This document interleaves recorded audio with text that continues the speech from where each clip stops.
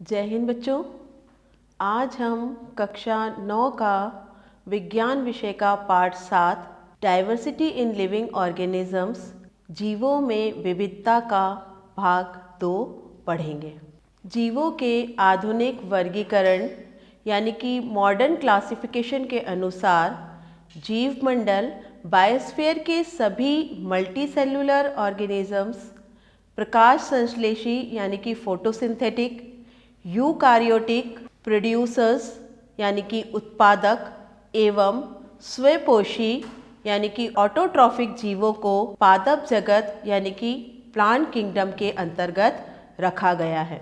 पादप जगत में अब तक 3.5 लाख पौधों को सम्मिलित किया जा चुका है। पौधों में प्रथम स्तर का वर्गीकरण इन तथ्यों पर आधारित है कि पादप शरीर के प्रमुख घटक पूर्ण रूप से विकसित एवं विभेदित हैं अथवा नहीं। वर्गीकरण का अगला स्तर पादप शरीर में जल और अन्य पदार्थों को संवहन करने वाले विशिष्ट ऊतकों की उपस्थिति के आधार पर होता है। इसके बाद वर्गीकरण प्रक्रिया के अंतर्गत यह देखा जाता है कि पौधों में बीज धारण करने की क्षमता है अथवा नहीं। यदि बीज धारण करने की क्षमता है तो बीज फल के अंदर विकसित है अथवा नहीं। आइए इन विशेषताओं के आधार पर हम पौधों का वर्गीकरण पढ़ते हैं। थैलोफाइटा। थैलोफाइटा के अंतर्गत मुख्य रूप से विभिन्न प्रकार के शैवाल यानी कि एल्गी आते हैं।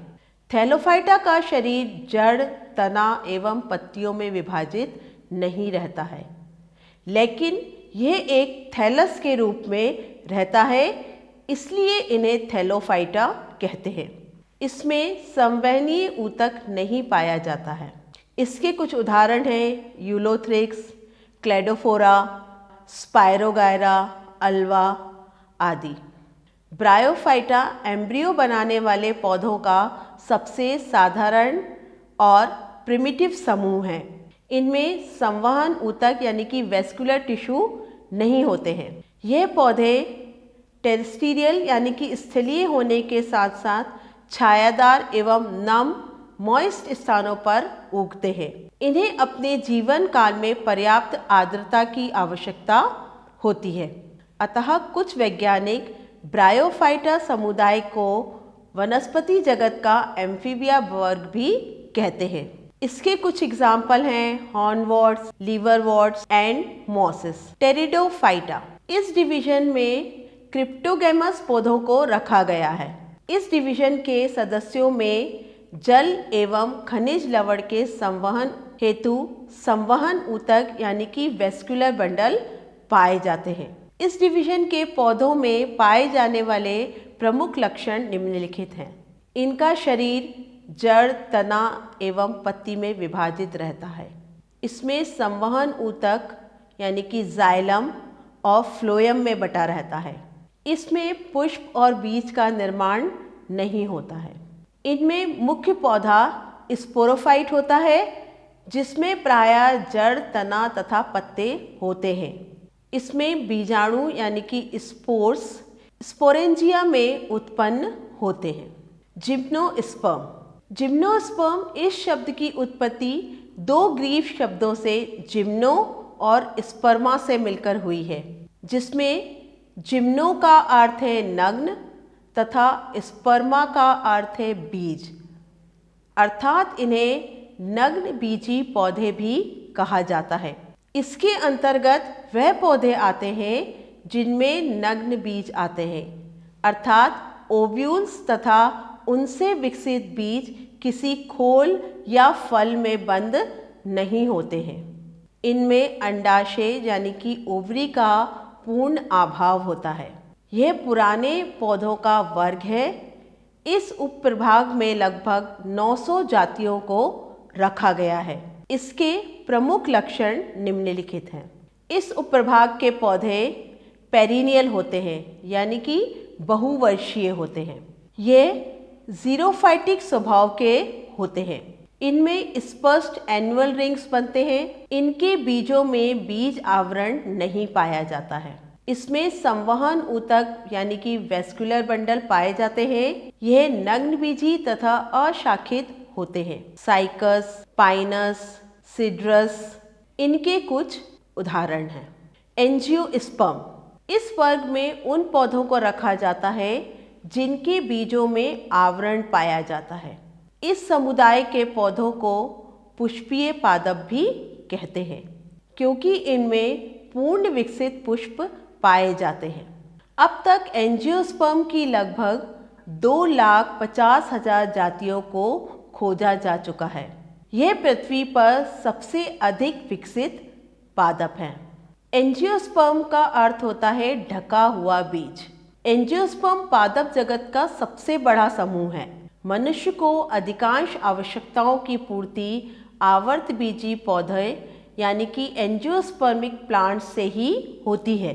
एंजियोस्पर्मिक प्लांट्स में भोजन का संचय या तो एंडोस्पर्म या कोटिलिडन्स में होता है। कुकुरबिटेसी को सब्जी कुल कहा जाता है। इसमें प्रजनन अंग पुष्प होता है। इनमें दोहरा निषेचन यानी कि डबल फर्टिलाइजेशन होता है। ये सेप्रोफाइट्स, पैरासाइट्स, ये मृदोपजीवी यानी कि सेप्रोफाइट्स, परजीवी यानी कि पैरासाइट्स, सहजीवी यानी कि सिम्बायोटिक, कीटभक्षी इंसेक्टिवोरस तथा स्वपोषी यानी कि ऑटोट्रॉफ्स के रूप में पाए जाते हैं। यह सामान्यतः स्थलीय पौधे होते हैं, लेकिन कुछ पौधे जल में भी पाए जाते हैं। इनमें संवहन तंत्र अति विकसित होता है। आवर्तबीजी पौधों को 2 मुख्य वर्गों में विभाजित किया गया है।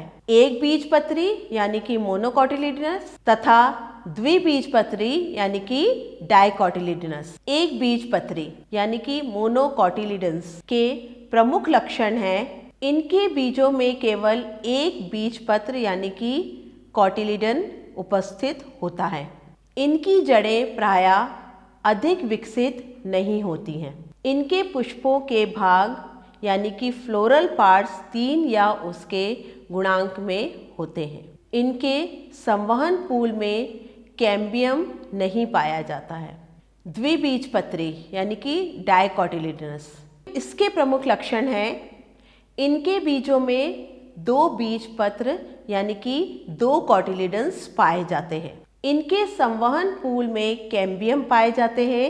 इनके पुष्पों के भाग यानी कि फ्लोरल पार्ट्स 4 या 5 के गुणांक में होते हैं। इनमें द्वितीयक वृद्धि यानी कि सेकेंडरी ग्रोथ पाई जाती है। इनका जड़ तंत्र यानी कि रूट कैप्स एवं उनकी शाखाओं के साथ फैला रहता है। चना, दालें, मटर आदि इनके प्रमुख उदाहरण हैं। एनीमिलिया, यह यूकार्योटिक बहुकोशीय विषमपोषी प्राणियों का वर्ग है जो कोशिका भित्ति रहित कोशिकाओं से बना है। प्राणियों की संरचना एवं आकार में भिन्नता होते हुए भी उनकी कोशिका व्यवस्था, शारीरिक सम्मिति, पाचन तंत्र, परिसंचरण तंत्र एवं जनन तंत्र की रचना में कुछ आधारभूत समानताएं पाई जाती हैं। इन्हीं विशेषताओं को वर्गीकरण का आधार बनाया गया है। इनको सामान्यतः कॉर्डेटा और नॉन कॉर्डेटा में विभाजित किया जाता है, जो कि वर्टिब्रल कॉलम की उपस्थिति और अनुपस्थिति पर निर्भर करता है। नॉन कॉर्डेटा के अंतर्गत सबसे पहले हम पढ़ते हैं पॉरीफेरा। पॉरीफेरा इस संघ के सदस्य सामान्यतः स्पॉन्जेस के नाम से जाने जाते हैं। ये मुख्यतः समुद्री होते हैं एवं ज़्यादातर असममित यानी एसिमेट्रिक होते हैं। ये प्रारंभिक बहुकोशीय जंतु हैं एवं इनका शारीरिक संगठन कोशिकीय स्तर का होता है। इनका शरीर एक कठोर आवरण अथवा बाह्य कंकाल द्वारा आधार प्राप्त करता है, जो सुई जैसे नुकीले कांटों या स्पॉन्जिन फाइबर्स से बना होता है। इनके पूरे शरीर में अनेक छिद्र पाए जाते हैं। इनके शरीर में जल तंत्र या कैनाल सिस्टम पाया जाता है। जल महीन छिद्रों के द्वारा शरीर के अंदर प्रवेश करता है एवं बड़े छिद्र द्वारा बाहर निकल जाता है।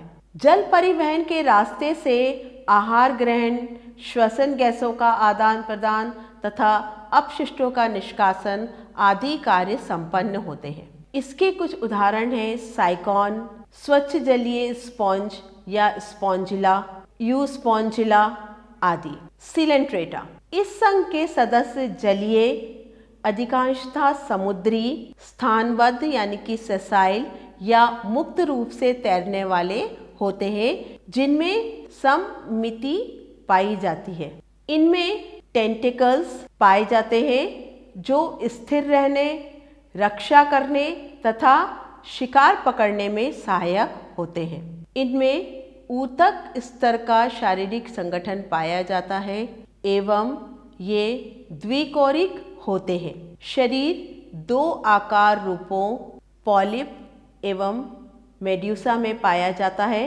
पॉलिप एक स्थानबद्ध एवं बेलनाकार रूप है जिसके अंतर्गत हाइड्रा, एडेम्सिया आते हैं, जबकि मेडूसा छतरीनुमा आकार के मुक्त रूप से तैरने वाले होते हैं जिसके अंतर्गत ऑरेलिया या जेलीफिश आते हैं।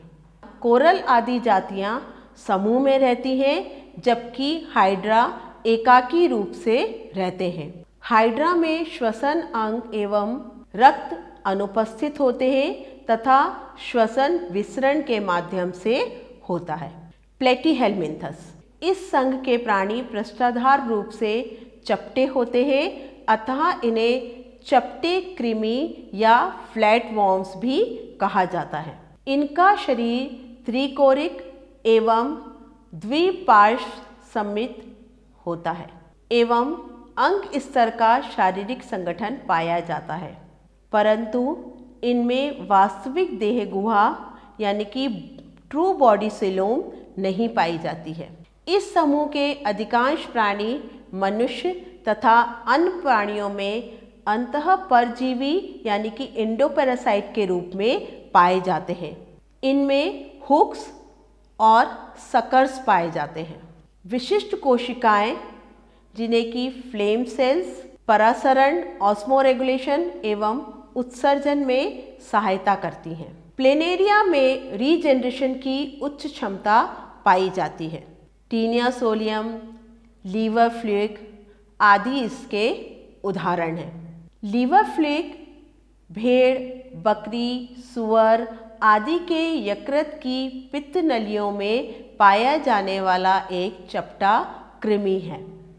निमेटोडा और एस्केलमेंथिस, इन प्राणियों का शरीर अनुप्रस्थ काट में गोलाकार होता है अतः इन्हें गोल कृमि या राउंड वॉर्म्स कहते हैं। ये मुक्तजीवी, जलीय तथा स्थलीय अथवा पौधों तथा प्राणियों में परजीवी के रूप में भी पाए जाते हैं। ये द्विपार्श्व सममित त्रिकोरिक तथा वास्तविक देह गुहा वाले जीव हैं। इनका शरीर संगठन अंग तंत्र स्तर का है। ऊतक पाए जाते हैं परंतु असली अंग नहीं होते हैं। आहार नाल पूर्ण होती है एवं उत्सर्जन नाल शरीर से अपशिष्ट पदार्थों को उत्सर्जन रंध्र द्वारा बाहर निकालती है। सामान्यतः इन्हें बीमारी फैलाने वाले परजीवी कृमि यानी कि पैरासिटिक वॉर्म्स के रूप में जाना जाता है, जैसे हाथी पाँव, एलिफेंटिएसिस, राउंड वॉर्म्स, पिन वॉर्म्स आदि। अक्सर मादा इनमें नर से लंबी होती है। गोल कृमि यानी कि एस्केरिस, पिन वॉर्म्स, फाइलेरिया कृमि, हुक वॉर्म्स आदि इसके उदाहरण हैं। एनिलिडा, इस संघ के प्राणी जलीय, समुद्री एवं ताजे जल अथवा स्थलीय स्वतंत्र जीवी एवं कभी कभी परजीवी होते हैं। वास्तविक देह गुहा वाले ये द्विपार्श्व सममित त्रिकोरिक तथा अंग तंत्र स्तर के संगठन को प्रदर्शित करने वाले होते हैं। इनके शरीर की सतह स्पष्टतः खंड अथवा विखंडों में बटी होती है, इसलिए इस संघ को एनेलिडा कहते हैं। नीरेश में नर तथा मादा अलग होते हैं, परंतु केंचुए तथा जोंक में नर तथा मादा पृथक नहीं होते। इसके कुछ उदाहरण हैं नीरीस, केंचुआ, जोंक आदि। ऑर्थोपोडा यह प्राणी जगत का सबसे बड़ा संघ है। पृथ्वी पर लगभग 2/3 जाति ऑर्थोपोडा की ही है। यह द्विपार्श्व समेत त्रिकोरिक एवं प्रगुही हैं तथा इनमें अंग तंत्र स्तर यानी कि ऑर्गन सिस्टम लेवल का संगठन पाया जाता है। इनमें खुला परिसंचरण तंत्र यानी कि रक्त वाहिकाएं अनुपस्थित होती हैं, अतः रुधिर वाहिकाओं में नहीं बहता बल्कि देह गुहा ही रक्त से भरी रहती है। रक्त रंगहीन होता है। रक्त में हीमोग्लोबिन की अनुपस्थिति के कारण यह हीमोलिम्फ कहलाता है। इनका शरीर बाह्य कंकाल से ढका रहता है जो कि काइटिन का बना होता है। शरीर सिर, वक्ष तथा उदर में विभाजित होता है।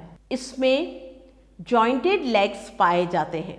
नर एवं मादा पृथक होते हैं तथा ये अधिकांशतः अंडे देने वाले होते हैं। मकड़ी, तिलचट्टा यानी कि कॉकरोच, जोंक, मच्छर तथा खटमल आदि इसके उदाहरण हैं। मोलस्का जंतु जगत का यह सबसे बड़ा संघ है। यह प्राणी स्थलीय अथवा जलीय यानी कि लवणीय तथा अलवणीय होते हैं। इनका शरीर द्विपार्श्व समेत त्रिकोरिक तथा प्रगुही होता है। इनकी देह गुहा बहुत कम होती है तथा शरीर में थोड़ा विखंडन होता है। शरीर कोमल होता है जो कठोर कैल्शियम के कवच द्वारा ढका रहता है। इनमें खुला संवहन तंत्र पाया जाता है एवं श्वसन तथा उत्सर्जन कार्य भी होते हैं। सिर पर संवेदी स्पर्शक यानी कि सेंसरी टेंटिकल्स पाए जाते हैं। सामान्यतः नर एवं मादा पृथक होते हैं तथा मादा अंडे देने वाले होते हैं। इसके उदाहरण हैं pila, pearl oyster, cuttlefish, squid, devil fish, sea hare, tusk shell, chiton आदि। एकेनोडर्मेटा इस संघ के प्राणियों में कैल्शियम युक्त हड्डी से बना अंतकंकाल यानी कि एंडोस्केलेटन पाया जाता है, इसलिए इसका नाम एकेनोडर्मेटा पड़ा। ये सभी समुद्री जीव हैं एवं इनमें अंगतंत्र स्तर का संगठन पाया जाता है। यह त्रिकोरिकी तथा देह गुहा युक्त प्राणी होते हैं।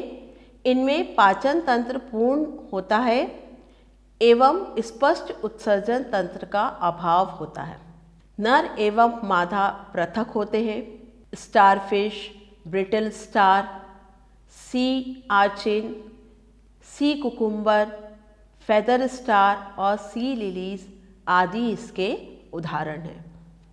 उपयुक्त सभी संघों के जंतुओं में कॉर्डेटा यानी कि रीढ़ की हड्डी नहीं पाई जाती है। कॉर्डेटा इस संघ के जंतुओं की प्रमुख विशेषता डॉर्सल नोटोकॉर्ड या रीढ़ की हड्डी यानी कि वर्टिब्रल कॉलम का पाया जाना है। इस संघ के जंतुओं को दो उपसंघ यानी कि प्रोटोकॉर्डेटा एवं वर्टिब्रेटा में विभाजित किया जाता है।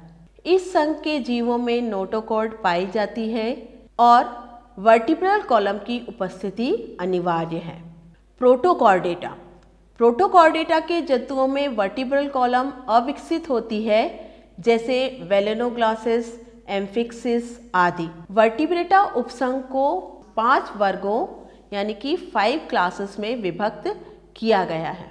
सबसे पहला है मत्स्य वर्ग या क्लास पाइसिस। इसके अंतर्गत मछलियाँ आती हैं जो मेरीन वाटर यानी कि लवणीय और फ्रेश वाटर में पाई जाती हैं। ये सभी अनियततापी यानी कि कोल्ड ब्लडेड एनिमल हैं। इनका शरीर धारा रेखित एवं बाह्य कंकाल शल्कों के रूप में होता है। इनमें श्वसन गिल्स द्वारा होता है। इनका हृदय बाइलोब्ड होता है और केवल अशुद्ध रक्त ही पंप करता है। ये जल में अंडे देने वाले वर्टिब्रेट हैं।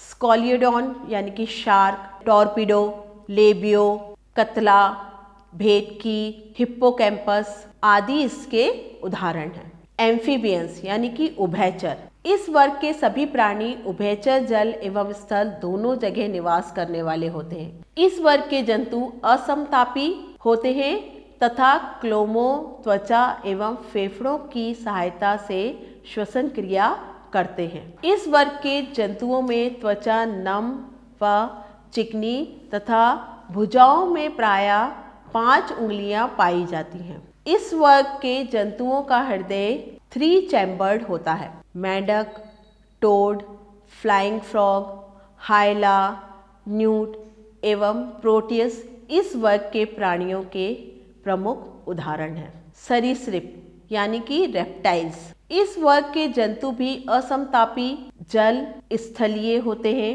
ये स्थल पर रेंग कर चलते हैं। इनके हृदय 3 कोशीय, इनके हृदय 3 चैम्बर्ड यानी कि इसमें 2 आलिंद तथा 1 अविकसित निलय होता है। किंतु क्रोकोडाइल्स यानी कि घड़ियाल तथा कछुओं में हृदय 4 चैम्बर्ड होता है। छिपकली, सर्प, घड़ियाल, अजगर, कोबरा, गोह आदि इस वर्ग के जंतु हैं। पक्षी वर्ग यानी कि एव्स, इस वर्ग के जंतु समतापी यानी कि वार्म ब्लडेड होते हैं।